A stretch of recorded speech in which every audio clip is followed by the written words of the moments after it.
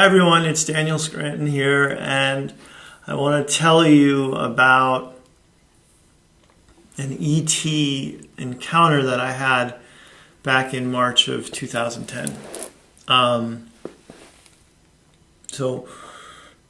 Before I tell you the story, there has to be some context for what was happening in my life at that time, because I think it's important. I had been married for about 5.5 years at this time, a little bit more than 5.5 years. And for probably a year and a half, I had been unhappy in my marriage, and I really didn't want to be in it anymore. I was also running a business from my home where I sold things on Amazon and eBay, and I had to move heavy boxes around from time to time because I had all of it stored in these different boxes, and to get to one thing I'd have to move other things. And so my shipping days, the days I shipped on, Monday, Wednesday, and Friday, were very long, hard physical labor days, and I had some pains in my body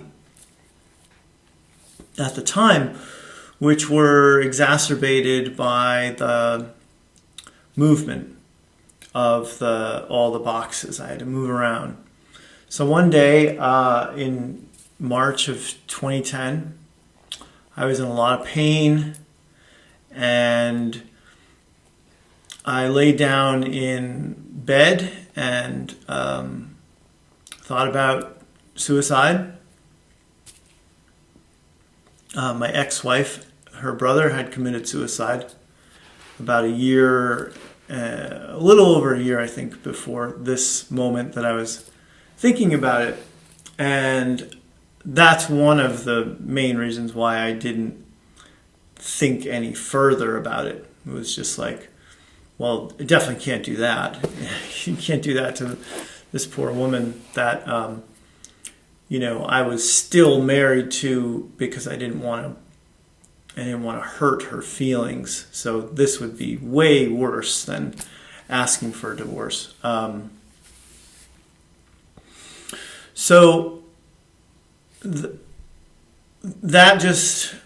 episode just passed, of feeling so terrible and crying and just wanting to be done with life.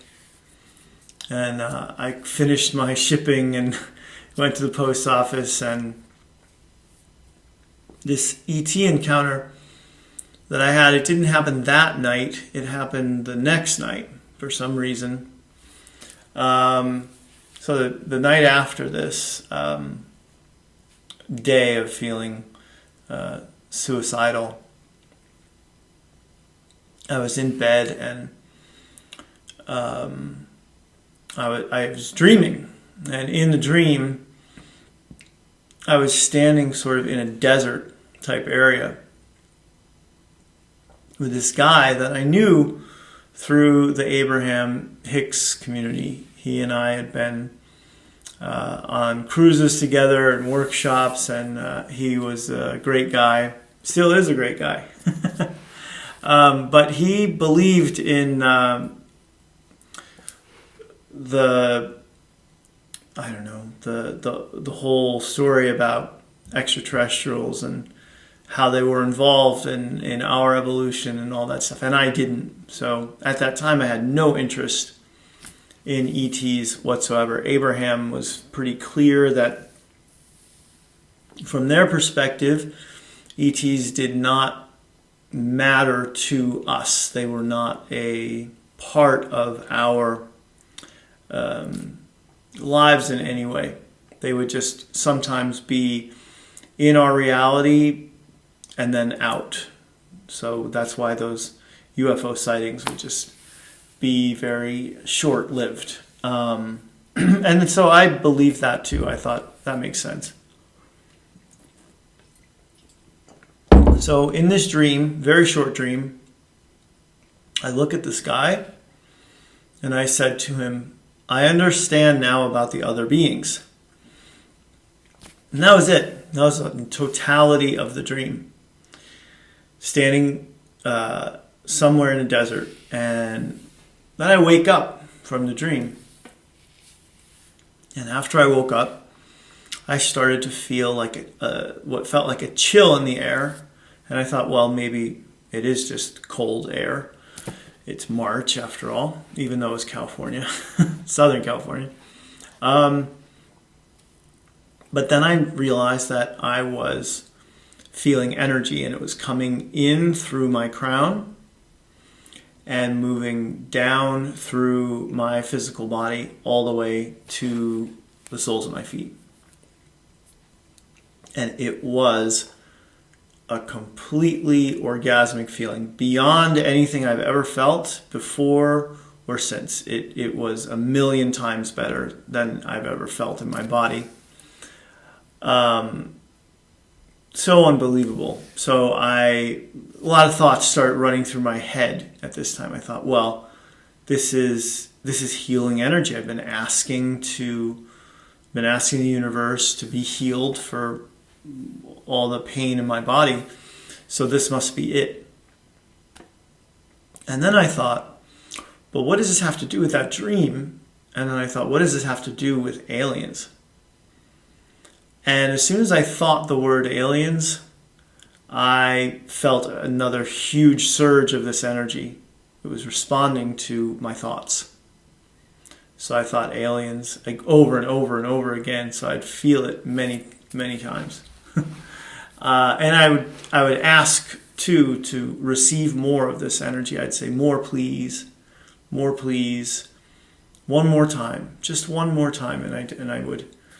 It was like the energy came in, ran through me, and then I'd have to wait for the next batch of it to come. So eventually, I started to wonder about So now I'm convinced that I'm having an encounter, and I started wondering about them. So I started asking them questions. Are you here to fix me? No energy. Are you here to play with me? Yes. So when it was yes, huge energy surge through my body. So I'd ask them other questions, about. I didn't know anything. I wouldn't have known to say, "Are you Pleiadian?" I didn't know the words for any of that, but I'd ask them questions like, "Are you physical?" "Are you here?" I don't remember any of the other answers, but I do remember thinking that maybe I can see them if I open my eyes. The whole time I've got an eye mask over my eyes. My eyes are closed through the whole experience. I have no idea how much time had elapsed either, because I didn't even, open my eyes, and I didn't have a clock by the bed anyway. So even if I had, I wouldn't know what time it was or how much time had passed. So I eventually open my eyes, look around the room, and I'm totally expecting to see them there. But instead of seeing anything again, this experience was about feeling. So I again started getting the surges of energy through me, one after the other. And eventually, of course, it stopped. And I had to accept that this was a temporary situation that, couldn't last forever, Just like people who talk about their Kundalini experiences, they say it lasts for weeks or days or something, but then it stops eventually and you go back.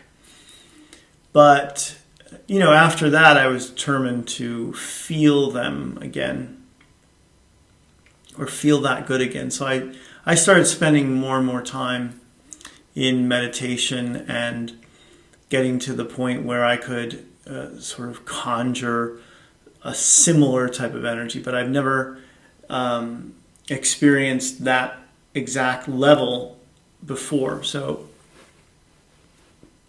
since I've had time now over 9 years to think about this and process it and understand it, and since that was about 8 months before I started channeling, I've come to realize that the experience I had was to ready me for the channeling experience.